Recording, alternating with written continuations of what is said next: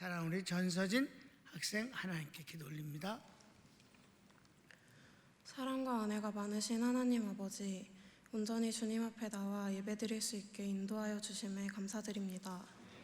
지금 이 시간 예배를 통해서 주님을 만날 수 있게 해주시고 절대 이 모든 것을 당연한 것으로 생각하지 않게 해주세요. 매 순간 주님 앞에서 살겠다고 다짐하면서도 저희들의 생각에 앞설 때가 많음을 이 시간 회개합니다. 작은 것에도 감사할 수 있게 해주시고 항상 주님 편 되어서 살아갈 수 있는 마음을 주시길 기도드립니다. 서울 평강교회를 사랑하셔서 6월의 축복을 더하여 주심에 감사드립니다. 몸과 마음이 아프고 지치는 순간 속에서도 위로의 하나님을 체험할 수 있게 해주심 또한 감사드립니다. 때로는 불안하고 힘이 들더라도 주님의 계획하심을 믿고 나아갈 수 있는 믿음의 사람이 되게 하여 주시옵소서. 태국 방콕 새신년 제자훈련을 하나님의 은혜 가운데 잘 마쳐지게 하심에 감사드립니다. 언제나 선교를 위하여 말씀 전하시는 목사님의 건강을 지켜주시옵고 목사님의 말씀을 통해서 선교지가 더욱더 부흥되고 선교사님들의 가정에도 더 큰 은혜와 축복이 있을 수 있기를 기도드립니다. 아멘. 주님께서 세우신 자유 대한민국을 축복하여 주시고 더 이상 거짓된 자들의 목소리에 집중하지 않고 주님께 영광 올려드릴 수 있게 되어지는 나라가 되게 하여 주시옵소서. 중고등부 학생들을 위해 기도합니다. 학업생활 가운데 늘 항상 주님께서 함께 하신다는 것을 기억하고 각자에게 주어진 환경에서 담대하게 나아갈 수 있기를 소망합니다. 점점 더 좋아지는 믿음을 가질 수 있게 해주시고 저희들이 생각하는 바와 주님께서 인도하시는 길이 다르더라도 주님을 믿고 의지하며 순종할 수 있도록 함께 해주실 것을 믿습니다.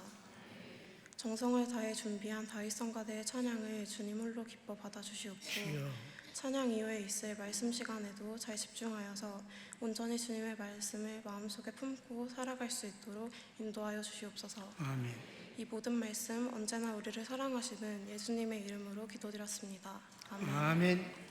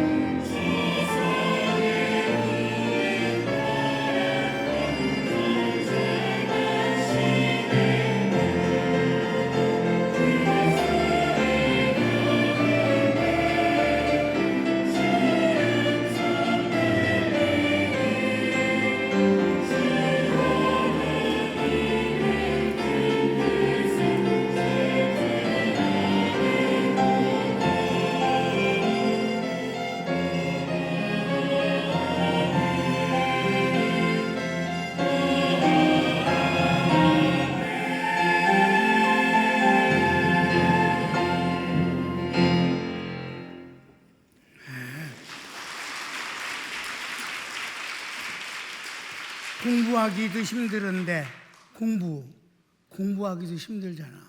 그런데 이렇게 또 열심히 연습해서 하나님 앞에 찬양하니까 참으로 기특하고 좋습니다. 우리 하나님, 아까는 하나님께 영광 돌리는 박수고 이번에 우리 다이성가대 한번 박수 해줄까요?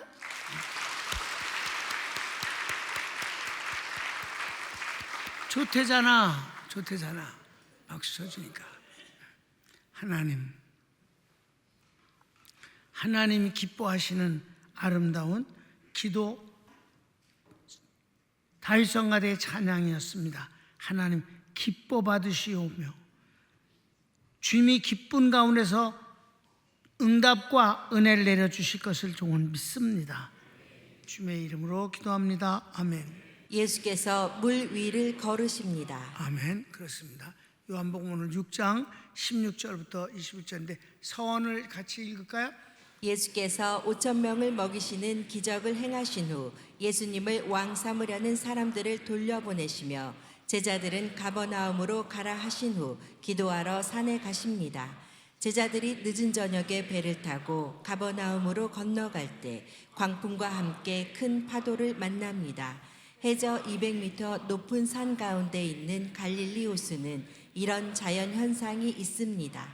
자, 해저 200m, 해저 200m이고 높은 산이 둘러싸여 있는 갈릴리 호수는 바람이 돌기 시작하면 걷잡을 수 없는 높은 파도가 쳐요. 자주 오진 않지만은 태풍이 불어올 때는 이런 현상이 일어나서 바다 못지않게 무섭습니다. 왜? 여러분 그 사해바다라는 데 있잖아요. 거긴 이 갈릴리 호수에서 200m를 더 내려갔다고. 전 세계에 바다가 해저 400m 있는 데는 사해바다뿐이 없어요. 갈릴리 호수 해저 200m 뺑 둘러 산이에요. 여기서 바람이 불기 시작하면 도망갈 데가 없어서 휘 돌기 때문에 광풍 속에 파도가 크게 치는 것을 우리 경험하게 된다는 거예요. 뭐 내가 자주는 가지 않았고 오래 있지도 않았지만은 그 이스라엘에 있는 동안 한 번도 저기 갈릴리 호수가 이렇게 뒤집어지는 건 못 봤어요.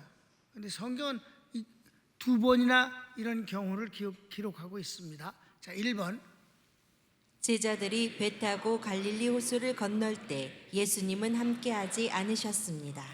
이게 중요해요. 함께하지 않으셨다는 게. 왜냐하면 이제 오후 예배 때 보면은 함께하지 않은 예수님이 어떻게 가버나움에 계신가 해서 사람들이 물어보는 질문이 예수님의 자정 3가 나오는 바로 그 씨앗이 되기 때문에 그렇습니다. 함께하지 않으셨다. 가로치고 1번 봅시다.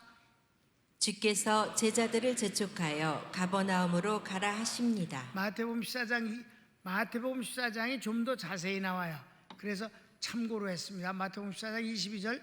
예수께서 즉시 제자들을 재촉하사 자기가 무리를 보내는 동안에 배를 타고 앞서 건너편으로 가게 하시고. 네, 그렇게 하셨어요. 2번은 주님께서 사람들을 돌려보내신 후 기도하러 산에 가십니다. 여기서도 마태복음 14장 23절을 보겠습니다. 무리를 보내신 후에 기도하러 따로 산에 올라가시다 저물매 거기 혼자 계시더니 그러니까 두 가지 일을 하신 거예요. 주님이 제자들이 왕 삼으려고 사람들이 막 왕 삼겠다고 야단하니까 그런 짓 하지 말고 어서들 가라고. 그래서 흩어 보내시면서 한편으로는 제자들 보고 어서 배 타고 가버나움으로 건너가라 이렇게 했어요. 갈릴리 호수는 사람들이 바다라고 말하고 있지만 바다를 못 본 사람들이 워낙 크니까 갈릴리 호수가, 왜냐하면 이 넓이가 약 10km예요. 그러니까 10km니까 호수 측은 굉장히 큰 거잖아요.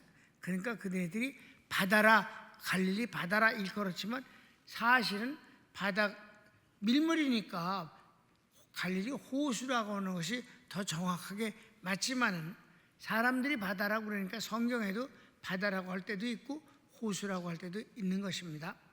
아무튼 이렇게 건너가라 이렇게 얘기하셔서 두 가지입니다.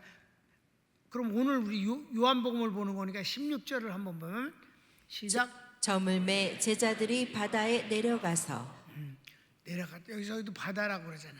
이제 제자들이 가버나움 쪽으로 배를 타고 가려고 한 거예요. 큰 2번. 배가 갈릴리 호수 중심에 이르렀을 때 광풍과 함께 큰 파도가 일었습니다. 그렇습니다. 그래서 가로치기 1번. 제자들은 두려움 속에 노를 젓습니다. 오늘 17절 18절 오늘 요한복음 본문을 봅니다. 배를 타고 바다를 건너 가버나움으로 가는데 이미 어두웠고 예수는 아직 저희에게 오시지 아니하셨더니 큰 바람이 불어 파도가 일어나더라. 이거를 우리가 기억해야 되는 것은 이들이 배를 탄 것은 오밤중이 아니에요. 늦은 저녁일 뿐입니다. 그러니까 어두워졌어요. 그러나 깊은 밤은 아닙니다. 왜? 그 오병이의 기적이 다 일어나고 다 먹고 치우고 뭐 이래니까 이제 저녁이 됐기 때문에 배 타고 건너가라 이렇게 얘기하신 거예요. 그래서 저희들이 배를 타고 나가는데 중간쯤 도착했을 때 광풍이 불고 파도가 어마어마하게 쳤어요. 그런 가운데서 이제 2번 가르치기 2번. 밤새 파도에 휘말리며 노를 저어 10여리 5에서 6km를 헤매었으나 아직도 바다 한가운데 있습니다. 이거예요. 노는 계속 짓고 뭐 어떻게든지 여기서 벗어나서 무치로 가야 되는데, 왜냐하면 이 무치라는 게 10km이니까 뭐 순탄하면 금방 건너는 거예요. 배 여러 사람이 노를 지면은. 여러분 기억하십니까?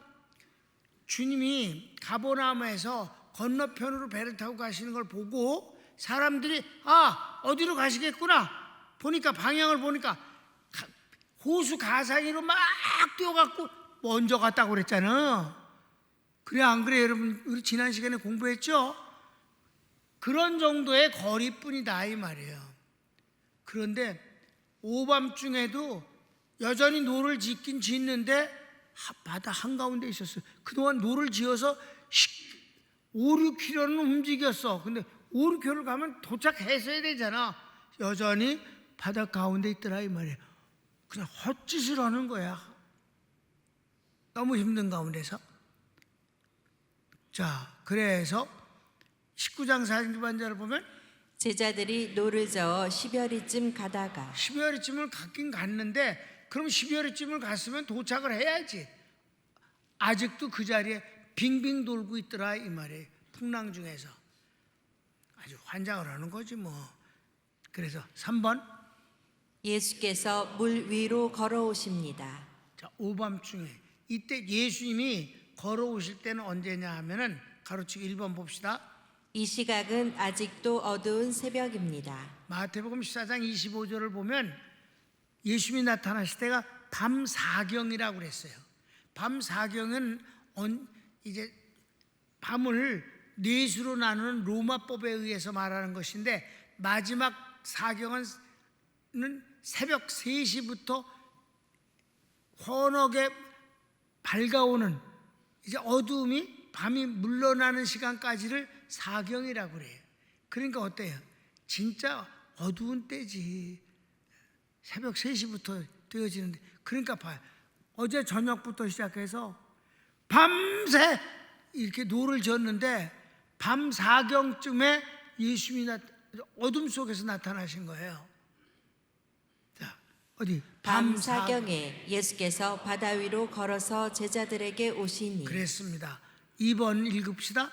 광풍과 파도도 두려웠으나 캄캄한 바다에 사람이 걸어오는 것을 본 제자들은 너무 무서워 유령이라 소리 지릅니다.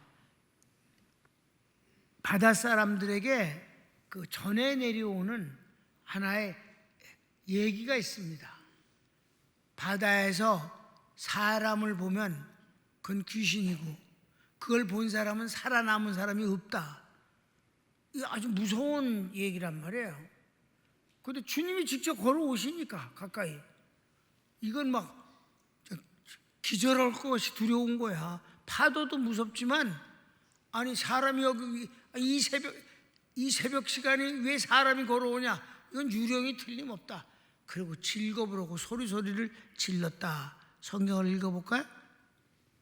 예수께서 바다 위로 걸어 배에 가까이 오심을 보고 두려워하거늘 마태복음은 밤 사경에 예수께서 바다 위로 걸어서 제자들에게 오시니 제자들이 그 바다 위로 걸어오심을 보고 놀라 유령이라 하며 무서워하여 소리 지르거늘. 아멘. 여러분 이해가 되죠? 이들은 이제 밤새 노를 져서 지쳤어요. 몸도 마음도 그냥 아주 지쳐서 이러다가 아무래도 죽는 거 아니겠는가 이런 생각을 하고 있는데 사람이 걸어와. 이건 귀신이 틀림없다. 아이고 이제 끝났구나 라는 절망을 하고 있었다 이 말입니다. 그런데 3번 예수께서 내니라 두려워 말라 하시니 제자들이 기뻐하며 영접합니다. 얼마나 안심되고 기뻤겠습니까? 성경 20절 21절 상반절을 보면 가라사대 내니 두려워 말라 하신대 이에 기뻐서 배로 영접하니 어서 타세요 어서 타세요. 얼마나 좋았겠어요. 주님이 타셨지. 그래서 마지막 4번 배가 목적지에 평안히 도착합니다. 당연한 거. 주님이 타시니까 지금까지 광풍과 파도는 아무것도 아닌 것이 돼버렸어요. 그냥 평안하게 육지에 될 수 있었다 이 말이에요. 21절 하반절 배는 곧 저희의 가려던 땅에 이르렀더라. 저희가 목적하던 때 그냥 평안히 들어가서 그동안 그 바다 가운데서 그냥 밤새워 그 짓을 하고 있다가 주님이 타시니까 금방 목적지에 닿게 됐다라는 것이죠. 결어를 잘 읽어야 돼. 결어 시작. 성경에 제자들이 풍랑을 만나는 장면이 2번 있습니다. 마태복음 8장 23에서 27절에서는 주님과 함께 배에 있을 때입니다. 주님께서 간단히 해결해 주십니다. 그만. 그럼 어디 이때를 한번 읽어볼까요? 마태복음 8장을 성령 읽읍시다. 배에 오르심에 제자들이 쫓았더니 바다에 큰 놀이 일어나 물결이 배에 덮이게 되었으되 예수는 주무시는지라. 그 제자들이 나와 깨우며 가로되 주여 구원하소서 우리가 죽겠나이다. 예수께서 이르시되 어찌하여 무서워하느냐 믿음이 적은 자들아 하시고 곧 일어나사 바람과 바다를 꾸짖으신데 아주 잔잔하게 되거늘 그 사람들이 기이 여겨 가로되 이 어떠한 사람이기에 바람과 바다도 순종하는고 하더라. 그랬습니다. 이 사람이 어떤 사람인데 자기 스승 보고 아니 바다를 꾸짖으라고 하니까 바다가 냉큼 순종을 한다. 누구긴 누구셔? 그분이 바다를 창조하신 하나님이시니까. 자, 이건 주님이 같이 타셨을 때 여기서 보면 주님이 재미있어요. 주무셨어요. 안 일어나? 한 번 깨웠더니 안 일어나. 그랬더니 소리를 지르면서 우린 죽게 되는데 그렇게 꼭 주무셔야 되겠습니까? 막 이러고 그러니까 이 믿음이 없는 것들아. 그리고 바다를 꾸짖으라고 하니까 잔잔해졌어요. 자, 오늘 결론의 그 뒤 마지막 부분. 오늘 본문에는 주님이 안 계시다가 그들에게 오십니다. 해결됐습니다. 당면한 환경이 문제이나 더 중요한 것은 주님과 함께하는 삶입니다. 이겁니다. 오늘 이 말씀을 통해서 여러분이 우리는 환경을 이길 수가 없어요. 사실 우리는 나약한 존재입니다. 그런데 하나님은 강하신 분이에요. 그러니까 그분과 함께 하는 것과 안 하는 것은 천지차이입니다. 주님이 주무셨어도 함께 했을 땐 그냥 들고 깨웠더니 주님이 이 믿음이 없는 것들이 깨우고 지랄들이냐, 받아야 잔잔하라, 깨끗이 해결되더라. 이번에는 죽을 것 같이 힘들었는데 주님이 걸어오신다. 아주 더 놀라서 이거 귀신을 봤으니 우린 죽겠구나 싶었는데 내니라, 안심하라. 주님이 배에 오르시니 바다는 잔잔해졌다. 목적지에 도착했다. 여기서 제일 중요한 건 뭐예요? 혼자 가지 아니하고 주님과 함께 했을 때 모든 것은 형통하더라. 이 형통이란 단어가, 형통의 주인공이 누구예요? 요셉이란 사람입니다. 요셉은 평생을 반복해서 주님이 말씀하시는 거예요. 여호와께서 요셉과 함께 하심으로 그가 하는 모든 일이 형통하였더라. 형통은요, 척척이 아니에요. 좋은 것만 오는 게 아니에요. 형통은 나쁜 건 안 오고 좋은 것만 오는 게 형통이 아닙니다. 좋은 걸도 올 수 있고 나쁜 것도 올 수 있어요. 여러분, 문제라는 것은 꼭 부정적인 것만 문제가 아니에요. 긍정적인 것도 문제입니다. 중요한 건 긍정적인 것도 내가 감당을 해야 내게 복이 되어지는 것이고, 부정적인 것도 하나님이 함께 하시면, 어려운 것도 하나님과 함께 하시면 문제를 해결하는 능력을 주시는 것입니다. 그러니까 형통이라는 단어는 원래가 척척된다는 뜻이 아니고 뻗어나간다는 뜻이에요. 무슨 말이냐? 고속도로를 놓는 것을 염상하면 딱 맞습니다. 고속도로는요, 동네 길처럼 꼬부랑꼬부랑하지 않아요. 왜? 직선화를 합니다. 왜? 직선화를 해야 고속도로가 되는 거예요. 빨리 달려도 자동차가 감당하는 거예요. 꼬부랑꼬부랑하는 길은 시속 60km 이상 주지 않아요. 그러나 똑바로 된 고속에선 110km, 120km도 줄 수 있다, 이 말입니다. 그럼 그렇게 똑바른 도로를 놓기 위해서는 어떻게 해야 돼? 강을 만나면 다리를 놓으면 되는 거고, 산을 만나면 뚫으면 되는 거고. 아멘. 구부러서 환경에 끌려서 가는 게 아니라 환경을 다스리면서 가는 것을 만사형통이라고 하는 것이다. 여러분, 지난 금요일 날 대표회장과 회장인 둘이 나와서 얘기를 했습니다. 그때 놀라운 얘기를 하지 않았습니까? 방콕에 있는 목사님들 가운데, 방콕에 있는 현지 목사님이에요. 방콕 목사님들이 방콕 사람들을 데리고 목회를 하는 곳에도 건물을 지은 교회가 20%뿐이 안 되는데 우리 새신년은 70%가 교회를 지었다는 거 아니에요? 여러분, 이거 놀라운 일입니다. 그럼 이 선교사님들이 목회하는 대사가 누군데? 물론 태국 사람들이지. 똑같이 태국 사람들을 데리고 목회를 하는데 태국 목사님들은 교회가 20%만 지었고 우리 새신년 제자들은 70%를 지었다. 이게 뭐예요? 환경 갖고 따질 것 없다 이 말이에요. 환경으로 따지면 선교사가 불리하지. 그런데 하나님과 함께하는 사람에겐 형통이란 복을 받게 되는 것이지요. 아멘. 여러분, 주님과 내가 함께 했을 때 그 영역은 주님 거야. 우리가 하나님과 함께하는 사람은 그냥 형통인 거예요. 그러니까 요셉이 좋은 일만 생긴 게 아니잖아. 아버지하고 살 때가 얼마나 좋았어? 아주 그때가 만사형, 세상이 말하는 만사형통이지. 좋은 거 먹고 좋은 옷 입고 일 절대 안 시키고. 아버지가 얘만 사랑했어. 왜? 엄마가 일찍 죽었잖아. 그러니까 불쌍해갖고 그 배다른 형제들한테 이제 미움받고 멸시받을까봐 아버지가 있는 힘을 다해서 도와줬어. 그거 갖고는 안 돼. 사람으로는 안 돼. 하나님이 해주셔야지.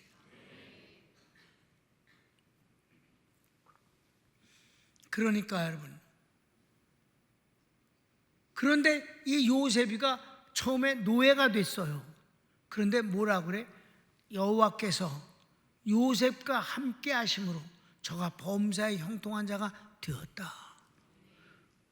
그런데 갑자기 막 이 보디발이 모든 걸 다 맡겨서 집안의 모든 살림을 얘가 책임지고 했었어요. 그랬더니 그 아내가 얘를 유혹했잖아. 거절했잖아. 그랬더니 뒤집어 씌웠잖아. 그래서 감옥 갔잖아. 이건 진짜 불통이잖아. 만사불통. 그런데 거기서도 여호와께서 요셉과 함께 하심으로 저가 형통한 자가 되었다. 쉽지 않았지만은 그는 거기서 죄수같지라는 거예요. 여러분, 죄수근성, 거지근성, 이거 정말 나쁜 겁니다. 근성이 그러면요 절대 거기서 벗어나지 못하고 정말 거지가 되고 불행스러운 사람이 되는 겁니다. 여러분, 노예는 노예 근성이 있고요, 죄수는 죄수 근성이 있게 마련이에요. 군인들도 군인 근성이 있다. 여러분, 예비군 근성도 있어. 이것들이 양아치가 돼. 예비군 옷만 입으면 양아치로 변해. 넥타이 딱 매고 양복 입고 회사 갔다 왔는데 갈아입을 새가 없어서 예비군 옷 갖고 왔다가 그걸 바꿔 입는 순간 양아치가 돼. 예비군이 돼. 참 이상스러워. 환경이 그렇게 다 무서운 거예요. 그런데 요셉은 주님과 함께 하심으로 말미암아 죄수 같지 않고 노예 같지 않았어요. 아멘. 고향이 어디냐가 중요한 게 아니라 누구하고 함께 하느냐가 중요한 거지. 그러니까 환경의 노예가 되면 망하는 거야.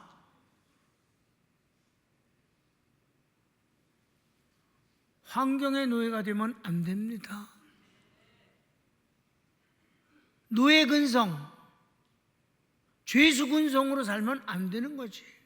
주님과 함께 할 때 달라지는 거지. 아멘. 여러분, 주님께서 이 광풍 가운데서 제자들을 어떻게 도와주시는 걸 알아야 합니다. 주님은 똑같으신 분입니다. 제자들이 다를 뿐입니다. 주님이 함께 있을 때 저희들은 광풍에서도 문제가 되지 않았어요. 자기의 힘이 아니라 주님이 그들을 도와주셨기 때문입니다. 여러분, 주님과 함께 합시다. 어딜 가든지. 그래서 주님과 함께한 사람, 망한 사람이 없어요. 요셉이 그래서 나중에 어떻게 됐어요? 왕의 선생님이 됐잖아요. 여러분, 여호수아가 모세 밑에서 40년간을 비서 노릇을 했어요. 근데 마침내 모세가 죽고 모세의 후계자로 저가 엘르아살이 임명을 줍니다. 그때 하나님께서 여호수아에게 말씀하십니다.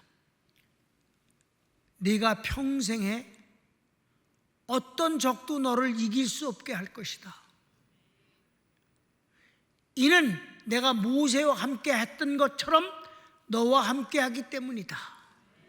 여러분, 여호수아는 정말 죽을 때까지 전쟁을 수도 없이 했지만 모세는 전쟁 많이 안 했어요. 왜냐하면 그냥 광야 생활했는데 누구하고 전쟁을 해. 맨 마지막 전쟁 한 번 했을 뿐이에요.